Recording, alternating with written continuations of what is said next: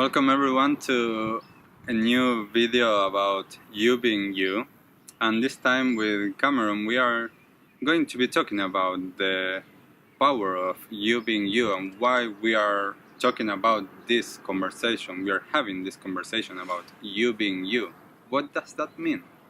What does it mean, Cameron? Well, for me it's about connecting to our true nature and recognizing that at the heart of who we are there is this absolute, perfect, whole, complete state of being, and it's linked to the perfect harmony of all beings. And to connect with that, we need to take a look at how we belong as part of this amazing interconnected universe, that we are this energy being that's wired into the way of life itself, and that the same life force that weaves through my heart and my tissues and my skin and my hair is also flowing in the earth. It's manifesting in the flowers and the trees and the change of the seasons, and that is true nature, and that true nature is whole and complete. And one of the things that as we are talking we recognize how this is something that not only we don't learn, nobody told us that that's our true nature. Our true nature is that we are perfect the way that we are. We are unique, we are whole, we are complete. But that's not the way that we tend to think of ourselves. So we've been conditioned to not realize that we are a part of everything, but we have our uniqueness, we have our own gifts, our own talents, and if we understand that we as individuals are perfect the way that we are, we can dig in and come up with what is the thing that makes me being unique, and then I can offer that to everyone. So in order for me to bring up the best, I need to realize that I am the best version of me. I just need to understand it. I need someone to tell me, whatever you are, whatever it is that you're seeking, you're perfect the way that you are. And that's something that we don't know most of the time, that we don't live with that understanding. We live with the understanding that perhaps I'm not enough, or that I should be doing this or I should be doing that, instead of going deeper and realizing what makes me unique. Yeah, and part of that, I believe, is that we have all this education that comes from the outside about things outside ourselves, and yet we have very little education in mainstream culture about what's inside. And most of our attention on the world is lured outside.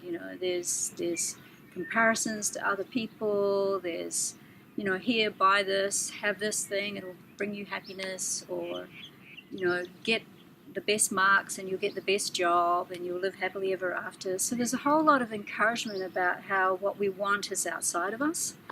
And yet in yogic traditions and cross-cultural people's wisdom teachings, we're really encouraged to look inside, that our inside knowing is connected to the knowing of all of life itself. And as we develop a real strong relationship with that inside knowing, then we get to unfold ourselves and bring that inner self out and meet the world around us. And so we're encouraging education, or offering education on how that is.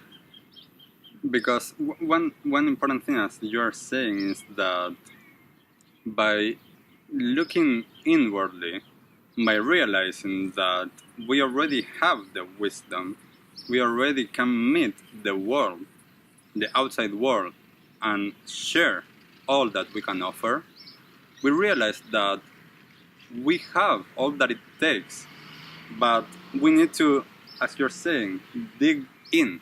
We need to do somehow shift from all the time going out into the world and seeking everything and trying to be the same, or trying to be normal, or whatever that means for us, trying to meet all of the standards that we are supposed to be meeting or that we are supposed to have, And instead of that, seeing what do I want to do, like connecting with the heart, connecting with the knowingness that we already have within, and that's what we are going to nurture. That's what's going to be what we bring out, because that's what makes you unique.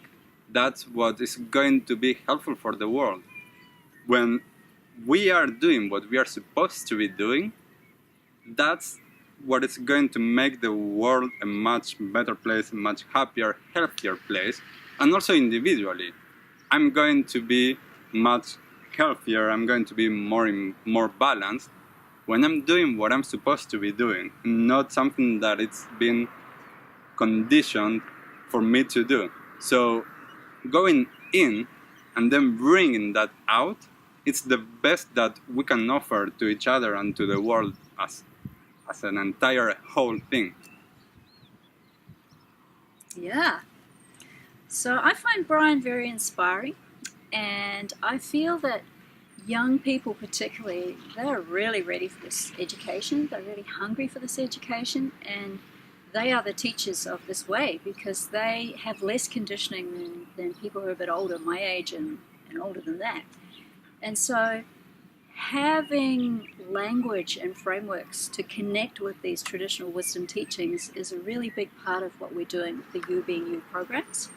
We're wanting to infuse simple wisdom teachings into everyday conversations and encourage people to share and spread these ancient truths, because the truth doesn't change across time. Truth is timeless and it touches the heart, so it goes beyond what the head thinks about things, and it awakens that knowing, ancient knowing that's inside us all. So in the same way that the mountains have been there throughout eternity, and they are watching and they are seeing and witnessing all the changes across time, there's an eternal part of us that's inside. And when we have a more relationship with that, when we really connect to that deep knowing part of ourselves, then we can connect to the knowing of others and to the wisdom of life itself. And as Brian's saying, then we get to play our part in the great play of life. And it's the most natural way for us to be. So you being you is special. You being your own unique self is about bringing your unique gifts to life, connecting with your offerings, noticing what brings you most alive.